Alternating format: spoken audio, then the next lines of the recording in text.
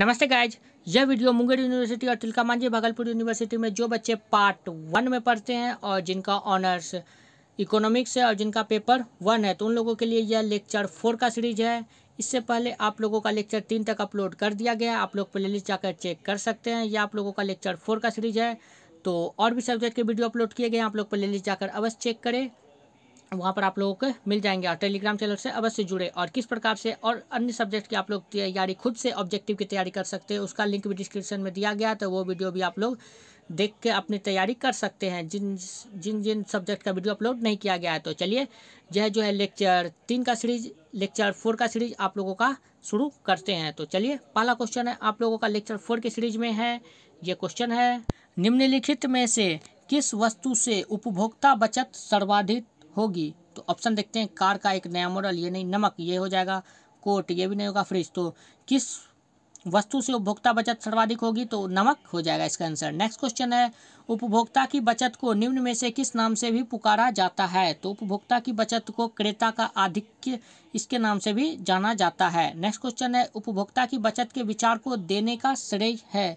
तो इसे देने का श्रेय जो है वो ड्यू पीट को है। किसे है? ड्यू पीट को। नेक्स्ट क्वेश्चन है, उपभोक्ता की बचत है, तो चलिए ऑप्शन देखते हैं। वह अतिरिक्त मात्रा जो उपभोक्ता खरीद लेता है, ये नहीं होगा। नीची कीमत पर वस्तुएं खरीद लेना, ये भी नहीं होगा। उपभोक्ता द्वारा प्राप्त आनंद, ये भी नहीं होगा। तो संभावित कीमत एवं वास्तविक कीमत में अंतर, ये हो जाएगा। उपभोक्ता की बचत क्या है? संभावित कीमत एवं वास्तविक कीमत में अंतर को ही उपभोक्ता बचत कहते हैं। जितना भी उसका कीमत है और जो वास्तविक कीमत में उसके अंतर को ही उपभोक्ता की बचत कहते हैं। नेक्स्ट क्वेश्चन है, उपभोक्ता की बचत अंतर होती है? तो अनिवार्यता में, ये पहला ही आंसर इसका सही हो जाएगा। उपभोक्ता का बचत अनंत होती है किसमें? उपभोक्ता की बचत अनंत होती है किसमें? तो अनिवार्यता में। अब नेक्स्ट क्वेश्चन है, उपभोक्ता की बचत की धारणा का आधार होता है? तो ऑप्शन देखते हैं, प्रकट अधिमान सिद्धांत, ये नहीं होगा। उपभोक्ता उपयोगिता ह्रास नियम, ये हो जाएगा। उपभोक्ता की बचत की धारणा का आधार होता है उपयोगिता ह्रास नियम से। और आप लोगों को इसका डिटेल में देता है, लेकिन अभी टाइम बहुत कम है और बच्चों को भी वीडियो अपलोड करने चाहते हैं, तो इसलिए आप लोगों को बस सिर्फ ऑब्जेक्टिव करा रहे हैं कि जल्दी जल्दी से आप लोग ऑप्शन देख के इस प्रकार से कर ले। नेक्स्ट क्वेश्चन है, सर्वप्रथम तटस्था वक्र का प्रयोग उपभोक्ता बचत को मापने में किसने किया था? तो J.R. हिक्स ने किया था। किसने किया था तटस्था वक्र को उपभोक्ता बचत को मापने का कार्य? तो J.R. हिक्स ने किया था। और तटस्था वक्र की रेखा किस प्रकार की होती है? तो यू आकार की होती है तटस्था वक्र की रेखा। तो आप लोगों को अलग से भी कुछ ऑब्जेक्टिव बताए जाते हैं, तो आप लोग वीडियो अवश्य देखा करें। नेक्स्ट क्वेश्चन है, मार्शल के उपभोक्ता बचत की धारणा में मान्यता है? तो इसका आंसर हो जाएगा पूर्ण प्रतियोगिता। उपभोक्ता बचत की धारणा में मान्यता किसकी है? तो पूर्ण प्रतियोगिता की। नेक्स्ट क्वेश्चन है, उपयोगिता के आधार पर किस अर्थशास्त्री ने उपभोक्ता की बचत की व्याख्या की है? तो इसका आंसर हो जाएगा मार्शल। यह किस अर्थशास्त्री ने उपभोक्ता की बचत की व्याख्या की है? तो प्रोफेसर मार्शल ने इसकी व्याख्या की है। तो चलिए अब नेक्स्ट क्वेश्चन देखते हैं। नेक्स्ट क्वेश्चन है आप लोगों का, उत्पादन फलन बताता। तो चलिए ऑप्शन देखते हैं। उत्पादन की मात्रा का भौतिक संबंध, ये नहीं होगा। उत्पादन के साधनों का भौतिक संबंध, तो ये भी नहीं होगा। उत्पादन की मात्रा तथा उत्पत्ति के साधनों में भौतिक संबंध, ये हो जाएगा। उत्पादन फलन क्या बताता है? तो उत्पादन की मात्रा तथा उत्पत्ति के साधनों में भौतिक संबंध को बताता है। अब नेक्स्ट क्वेश्चन देखते हैं। नेक्स्ट क्वेश्चन है आप लोगों का, एक उत्पादन फलन बनाना। तो ऑप्शन देखते हैं, इंजीनियरिंग समस्या, बिल्कुल सही, पहला ही आंसर। आर्थिक समस्या, ये भी नहीं, आर्थिक भी नहीं। तो एक उत्पादन फलन का बनाना क्या है? इंजीनियरिंग समस्या है। नेक्स्ट क्वेश्चन है, ऐसे उत्पादन फलन को क्या कहते हैं जबकि अन्य साधन स्थिर तथा एक साधन परिवर्तनशील रहता है? एक साधन स्थिर और एक साधन परिवर्तनशील रहता है, तो इसे हम लोग कहेंगे अल्पकालीन। क्या कहेंगे? अल्पकालीन। इसे आप वेरीफाइड करके रख लीजिए, क्वेश्चन आने के चांस है। इसे क्या कहेंगे? अल्पकालीन। नेक्स्ट क्वेश्चन है, सीमांत उत्पादन के ऋणात्मक होने को कहते हैं? तो सीमांत उत्पादन के उत्पादन फलन की प्रथम उत्पादन फलन की तीसरी अवस्था। सीमांत उत्पादन के ऋणात्मक होने को क्या कहते हैं? तो उत्पादन फलन की तीसरी अवस्था। नेक्स्ट क्वेश्चन है, एक नए श्रमिक को लगाने से कुल उत्पादन में जो वृद्धि होती है उसे कहते हैं? तो उसे सीमांत उत्पादन कहते हैं। क्या कहते हैं? सीमांत उत्पादन। नए श्रमिक को लगाने से कुल उत्पादन में जो वृद्धि होती है उसी को सीमांत उत्पादन कहते हैं। ये सीमांत उत्पादन की परिभाषा भी आप लिख सकते हैं इस तरह से। नेक्स्ट क्वेश्चन है, उत्पत्ति के विभिन्न साधनों की मितव्ययिता की व्याख्या करने वाला सिद्धांत है? तो उत्पत्ति वृद्धि का नियम का यह सिद्धांत है।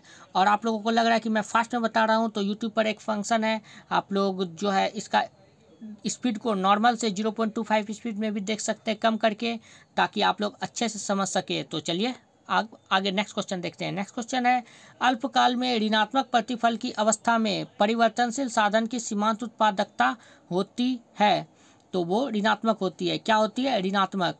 परिवर्तनशील जब साधन की सीमांत उत्पादकता क्या होती है प्रतिफल की अवस्था में, तो वो ऋणात्मक होती है। नेक्स्ट क्वेश्चन है, विवेकशील उत्पादक अल्पकाल की में वरीयता देता है। तो चलिए ऑप्शन देखते हैं। प्रथम अवस्था की बिल्कुल नहीं, द्वितीय अवस्था की, ये द्वितीय अवस्था हो जाएगा। विवेकशील उत्पादक अल्पकाल में वरीयता देता है द्वितीय अवस्था को, और इसका पीडीएफ अगर आप पाना चाहते हैं तो वो आपको मिल जाएगा टेलीग्राम चैनल पर, जिसका लिंक डिस्क्रिप्शन में दिया गया है। वहाँ से आप लोगों को इसका पीडीएफ 6 मई 2022 को आप लोग जाएंगे तो वहाँ पर आप लोगों को इसका पीडीएफ प्रोवाइड करा दिया गया है, तो आप लोग वहाँ से जाकर पीडीएफ ले सकते हैं। नेक्स्ट क्वेश्चन है, बढ़ते प्रतिफल का नियम संदर्भित करता है। तो यह घटती लागत नियम को संदर्भित करता है। जब प्रतिफल बढ़ता है, बढ़ते प्रतिफल का नियम किसको संदर्भित करता है? तो घटती लागत नियम का। नेक्स्ट क्वेश्चन है, उत्पादन में वृद्धि के साथ औसत लागत इसी क्या होता है? तो यह जो है गिरती है। क्या होता है? औसत लागत गिरती है। नेक्स्ट क्वेश्चन है, जब कुल उत्पादन अधिकतम होता है तो सीमांत उत्पादन, तो सीमांत उत्पादन शून्य हो जाएगा। जब कुल उत्पादन अधिक होगा, कुल उत्पादन अधिक होगा तो सीमांत उत्पादन क्या हो जाएगा? तो वो शून्य हो जाएगा। नेक्स्ट क्वेश्चन है, निम्न में से उपयुक्त कथन को अंकित कीजिए। तो चलिए ऑप्शन देखते हैं। ऑप्शन है आप लोगों का, कुल उत्पादन बढ़ता जाए, ये है क्रमागत उत्पत्ति वृद्धि नियम उस स्थिति को कहते हैं। तो ऑप्शन देखते हैं, क्रमागत उत्पत्ति वृद्धि नियम किसे कहते हैं? तो कुल उत्पादन बढ़ते जाए, ये नहीं होगा। औसत उत्पादकता बढ़ता जाए, ये भी नहीं होगा। सीमांत उत्पादन बढ़ता है, ये भी नहीं होगा। जब तक के सीमांत उत्पादन और औसत उत्पादन से अधिक होता है, ये हो जाएगा। तो क्रमागत उत्पत्ति वृद्धि नियम किसे कहेंगे? तो जब तक सीमांत उत्पादन औसत उत्पादन से अधिक होता है उस स्थिति को ही क्रमागत उत्पादन वृद्धि का उस स्थिति को कहते हैं। जब सीमांत उत्पादन औसत उत्पादन से अधिक होता है तो उस स्थिति को ही क्रमागत उत्पत्ति वृद्धि का नियम इसमें सेटिस्फाई करता है। नेक्स्ट क्वेश्चन है, बढ़ते प्रतिफल की अवस्था में मोड़ के बिंदु अर्थात पॉइंट ऑफ इन्फ्लेक्शन के बाद टीपी वक्र एक्स अक्ष के प्रति, आप लोगों को पता है कि इकोनॉमिक्स में जब आप लोग सब्जेक्टिव बनाते हैं तो उस समय ग्राफ बहुत ही ज़्यादा इंपॉर्टेंट होता है, तो ये भी ग्राफ से रिलेटेड सवाल है। तो मोड़ के बिंदु के बाद टीपी वक्र एक्स अक्ष के प्रति क्या होता है? तो चलिए ऑप्शन देखते हैं। उन्नतोदार होता है, बिल्कुल नहीं। अवनतोदार, कॉनकेव, हाँ कॉनकेव होता है। क्या होता है? कॉनकेव अर्थात अवनतोदार होता है। नेक्स्ट क्वेश्चन है, परिवर्तनशील अनुपात के नियम की तीसरी अवस्था में, तो तीसरी अवस्था में एमपी ऋणात्मक होती है। एमपी ऋणात्मक होती है। ऑप्शन नंबर बी हो जाएगा। परिवर्तनशील अनुपात के नियम की तीसरी अवस्था में क्या होती है? वो एमपी ऋणात्मक होती है। जब आप लोग सब्जेक्टिव पढ़े होंगे तो उसका डिटेल आप लोगों को दिया गया होगा, या फिर जब आप लोगों का सब्जेक्टिव का सीरीज लाया जाएगा, अभी तो नहीं लाया जाएगा, आपके एग्जाम के बाद ही सब्जेक्टिव का सीरीज अगर हो सके तो लाया जाएगा। तो एमपी ऋणात्मक उस समय होती है। तो नेक्स्ट क्वेश्चन है, अब ऋणात्मक प्रतिफल की अवस्था में, तो ऋणात्मक प्रतिफल की अवस्था में विशेष साधन की सीमांत उत्पादकता ऋणात्मक होती है, नहीं होगा। परिवर्तनशील साधन की सीमांत उत्पादकता ऋणात्मक होती है, ये हो जाएगा। ऋणात्मक प्रतिफल की अवस्था में क्या होता है? तो परिवर्तनशील साधन की सीमांत उत्पादकता ऋणात्मक होती, परिवर्तनशील साधन की सीमांत उत्पादकता ऋणात्मक होती है। तो चलिए अब नेक्स्ट क्वेश्चन देखते हैं। नेक्स्ट क्वेश्चन आप लोगों का है, अनुपात एवं पैमाना का विचार क्रमशः संबंधित। तो नेक्स्ट क्वेश्चन है आप लोगों का, अनुपात एवं पैमाना का विचार क्रमशः संबंधित है। तो ये अल्पकाल और दीर्घकाल हो जाएगा इसका आंसर। क्रमशः यहाँ दिया गया है तो क्रमशः दिया गया, इसलिए इसका आंसर हो जाएगा अल्पकाल और दीर्घकाल, क्योंकि अनुपात एवं पैमाना है तो अनुपात का हो जाएगा अल्पकाल और पैमाना का हो जाएगा तो दीर्घकाल। तो अनुपात एवं पैमाने का विचार क्रमशः संबंधित किससे है? तो अल्पकाल एवं दीर्घकाल से। अब नेक्स्ट क्वेश्चन है आप लोगों का, नेक्स्ट क्वेश्चन है, यदि समान मात्रा में उत्पादन बनाने के लिए श्रम एवं पूंजी की बढ़ती दर पर इकाइयां लगानी पड़े तो एक समोत्पाद मानचित्र में समोत्पाद वक्र क्या होगा? तो वो दूर होते जाएंगे। समोत्पाद वक्र क्या होते जाएंगे? तो दूर होते जाएंगे। नेक्स्ट क्वेश्चन है, यदि किसी विस्तार पट के विभिन्न संतुलन बिंदुओं के बीच की दूरी घटती जा रही हो तो बढ़ते पैमाने का प्रतिफल लागू होगा। क्या होगा लागू? तो बढ़ते पैमाने का प्रतिफल लागू होगा। नेक्स्ट क्वेश्चन है, जिस समय में एक फर्म अपने पैमाने में परिवर्तन कर सकती है उस समय को कहा जाता है। तो उस समय को दीर्घकाल कहा जाता है। क्या कहा जाता है? दीर्घकाल। ये क्वेश्चन आप लोग वेरीफाई करके रख ले, ये क्वेश्चन आने के चांस है। जिस समय में एक फर्म को पैमाने में परिवर्तन कर सकती है उस समय को दीर्घकाल कहा जाता है। नेक्स्ट क्वेश्चन है, मूल बिंदु से खींची गई कोई रेखा कहलाती है तो उसे पैमाना कहते हैं। मूल बिंदु से कोई रेखा खींची जाती है तो उसे क्या कहते हैं, पैमाना, उसे ही पैमाना कहते हैं। तो आप नेक्स्ट क्वेश्चन देखते हैं। नेक्स्ट क्वेश्चन है आप लोगों का, समोत्पाद वक्र का ढाल व्यक्त करता है। तो समोत्पाद वक्र का ढाल जो है वो व्यक्त करता है MRTS को। किसे व्यक्त करता है, तो MRTS को व्यक्त करता है। नेक्स्ट क्वेश्चन है, समोत्पाद वक्र कहलाते हैं। तो समोत्पाद वक्र सममात्रा वक्र कहलाते हैं, अर्थात आइसोक्वांट्स। क्या कहलाते हैं, आइसोक्वांट्स कहलाते हैं समोत्पाद वक्र। नेक्स्ट क्वेश्चन है, समोत्पाद वक्र मूल बिंदु की ओर उन्नतदार होते हैं, इसका आशय है। तो ऑप्शन देखते हैं, तकनीकी प्रतिष्ठान दर बढ़ती है, ये नहीं होगा। तकनीकी प्रतिष्ठान दर स्थिर रहती है, ये हो जाएगा। तकनीकी प्रतिष्ठान दर घटती है, ये भी नहीं होगा। तकनीकी प्रतिष्ठान दर से कोई संबंध नहीं होता, ये नहीं होगा। तो ऑप्शन नंबर सी हो जाएगा इसका आंसर। समुत्पाद वक्र मूल बिंदु की ओर उन्नतदार होते हैं, इसका आशय क्या है, तो इसका आशय है तकनीकी प्रतिस्थापन दर स्थिर हो रहती है। नेक्स्ट क्वेश्चन है, उपयुक्त कथन अंकित कीजिए। तो अब चलिए ऑप्शन देखते हैं। दो साधनों का इष्टतम संयोग उस बिंदु पर होता है जहां पर समय लागत वक्र समुत्पाद वक्र पर स्पर्श करती है, ये सही लग रहा है, फिर से कर पढ़ते हैं। दो साधनों का इष्टतम संयोग उस बिंदु पर होता है जहां पर समय लागत वक्र समुत्पाद वक्र पर स्पर्श करती है। हाँ, तो बिल्कुल सही है, ये लाइन आप लोगों का बिल्कुल सही है। तो इसका ऑप्शन नंबर ए ही हो जाएगा। जहां पर समुत्पाद वक्र सम लागत वक्र को कहता है, ये नहीं होगा। जहां सम लागत वक्र, ये भी नहीं होगा। ये भी नहीं होगा। तो इसका ऑप्शन ए भी ही सही होगा। नेक्स्ट क्वेश्चन देखते हैं। साधन कीमत रेखा का ढाल होता है। तो ये जो है PX/PY के इसका ढाल होता है। आप लोग पढ़े होंगे ऑनर्स में, तो इसका आप लोग बखूबी से इसका आंसर जानते होंगे, PX/PY। नेक्स्ट क्वेश्चन है, यदि उत्पादन में समुत्पाद वक्र की आकृति L आकार की हो तो दोनों साधन हैं। ये क्वेश्चन इंपॉर्टेंट आप लोगों का, ये पूर्ण पूरक के कहलाते हैं। यदि आकृति L हो जाती है समुत्पाद वक्र की आकृति, तो वो पूर्ण पूरक होते हैं। नेक्स्ट क्वेश्चन है, समुत्पाद वक्र यह बताता है कि किसी वस्तु के उत्पादन में दो उत्पादन साधनों के विभिन्न संयोगों में से किसी एक का चुनाव करने में उत्पादक, तो ऑप्शन देखते हैं, तटस्थ होता है, बिल्कुल ये हो जाएगा, तटस्थ होता है नहीं।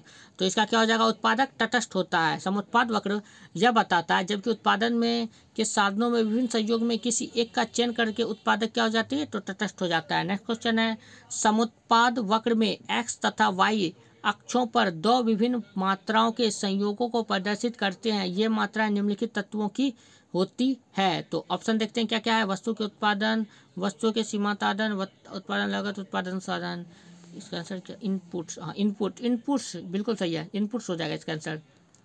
मात्रा निम्नलिखित में से क्या होती है, मतलब संयोगी को प्रदर्शित करते हुए, तो इसका हो जाएगा इनपुट्स अर्थात उत्पादन साधन।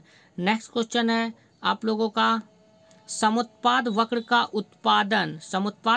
उत्पादन क्रिया में वही स्थान है जो उपभोग क्रिया में निम्नलिखित का है। तो चलिए ऑप्शन देखते हैं। ऑप्शन है आप लोगों का पहला तटस्था वक्र, ये तो लग रहा है, इसका आंसर यही होगा। मांग वक्र, उपयोगिता वक्र, ये तो नहीं होगा। सम सीमांत वक्र, ये भी नहीं होगा। तो समुत्पाद वक्र का उत्पादन क्रिया में वही स्थान जो उपभोग क्रिया में तटस्था वक्र का है, जो उपयोग क्रिया में तटस्था वक्र का। और तटस्था वक्र की रेखा किस प्रकार की होती है, तो U आकार की होती है। ये कई बार आप लोगों को कई बार करा दिया गया ताकि आप लोग को आराम से याद रख सके। तटस्था वक्र से आप लोगों को क्वेश्चन आएंगे। तो चलिए अब नेक्स्ट क्वेश्चन देखते हैं। नेक्स्ट क्वेश्चन है आप लोगों का, समुत्पाद वक्र में x तथा y अक्षों पर दो विभिन्न मात्राओं में संयोगों को प्रदर्शित करते हैं, ये मात्रा निम्नलिखित तत्व की होती है। तो चलिए ऑप्शन देखते हैं। वस्तुओं के उत्पादन, वस्तुओं का सीमांत आगम, उत्पादन साधन, उत्पादन लागत हो जाएगा इसका आंसर। यह मात्रा निम्नलिखित तत्व की होती है। किस तत्व की होती है, जब x तथा y दो विभिन्न मात्राओं में संयोगों को प्रदर्शित करते हैं तो इसकी मात्रा क्या होती है, तो उत्पादन लागत होती है। इसका बहुत डिटेल से आप लोगों को बताना चाह रहा हूँ कि सब के बारे में, लेकिन टाइम नहीं है, बहुत लंबा वीडियो हो जाएगा और आप लोगों को अभी टाइम बिल्कुल भी नहीं है। तो आप लोग सबसे पहले गैस पेपर को अपना सॉल्व कर ले, उसके आंसर को सही कर ले और उसके बाद ये सब वीडियो को आप लोग देख ले ताकि आप लोगों को बहुत अच्छी हेल्प हो सके। तो चलिए नेक्स्ट क्वेश्चन देखते हैं। नेक्स्ट क्वेश्चन है, समुत्पाद वक्रों के नक्शे में ऊपर दाईं ओर की रेखाएं उत्पादन की मात्रा को बताती है। तो ये जो है ऊपर अधिक बताती है, क्या बताती है, अधिक बताती है। समुत्पाद वक्र के नक्श में ऊपर दाईं की ओर जो रेखा होती है वो उत्पादन की मात्रा को क्या बताती है, तो अधिक बताती है। तो आज आप लोगों का यह सीरीज कंप्लीट हुआ। अब नेक्स्ट डे फिर अगला सीरीज आप लोगों का लेक्चर लाया जाएगा, तो आप लोग चैनल पर बने रहे। आप लोग अपने फ्रेंड के साथ जरूर शेयर करें, क्योंकि आप लोग के फ्रेंड्स इकोनॉमिक्स अगर लिए हैं तो मतलब उन लोगों का भी हालत टाइट होगा, तो वो लोग भी सोच रहे होंगे किस प्रकार ऑब्जेक्टिव तैयारी किया जाए। तो आप लोगों को पता है तो आप लोग अपने फ्रेंड को जरूर शेयर करें, ताकि उन लोगों को भी हेल्प हो सके। और अगर आप लोग और कोई सब्जेक्ट लिए हैं सब्सिडी सब में, तो उसका भी अगर वीडियो अपलोड किया गया तो आप लोग प्लेलिस्ट जाकर चेक कर सकते हैं, और नहीं किया गया तो किस प्रकार तैयारी कर सकते हैं इसकी भी जानकारी आप लोगों को डिस्क्रिप्शन में दिया गया यूट्यूब चैनल का लिंक, तो आप लोग वहां पर जाकर देख सकते हैं कि किस प्रकार से तैयारी कर सकते हैं। तो चलिए मिलते हैं नेक्स्ट वीडियो में। आप लोग टेलीग्राम चैनल अवश्य ज्वाइन कर ले, क्योंकि टेलीग्राम चैनल पर आप लोगों को हर पल की अपडेट दी जाती है, और इसका पीडीएफ भी आप लोगों को टेलीग्राम चैनल पर ही मिलेगा। तो टेलीग्राम चैनल अवश्य ज्वाइन करें, क्योंकि टेलीग्राम चैनल पर आप लोगों को सारे चीज़ की इन्फॉर्मेशन दी जाती है, पल पल की अपडेट। तो इसलिए आप लोगों को कहा जाता है कि आप लोग टेलीग्राम चैनल पर ज्वाइन हो जाए। टेलीग्राम चैनल पर बहुत सी अपडेट की जाती है। यहाँ पर वीडियो बनाने में बहुत टाइम लग जाता है, तो अपलोड करने में भी थोड़ा टाइम लग जाता है एमबी के कारण। कभी किन्हीं टीम के पास एमबी नहीं होता है, किसी के पास खत्म हो जाता है, तो अपडेट नहीं कर पाते हैं। लेकिन टेलीग्राम चैनल में कम ही एमबी लगता है, तो अपडेट तुरंत हो जाता है। तो आप लोग टेलीग्राम चैनल इसलिए अवश्य ज्वाइन करें। तो वीडियो देखने के लिए बहुत बहुत धन्यवाद। Thank you.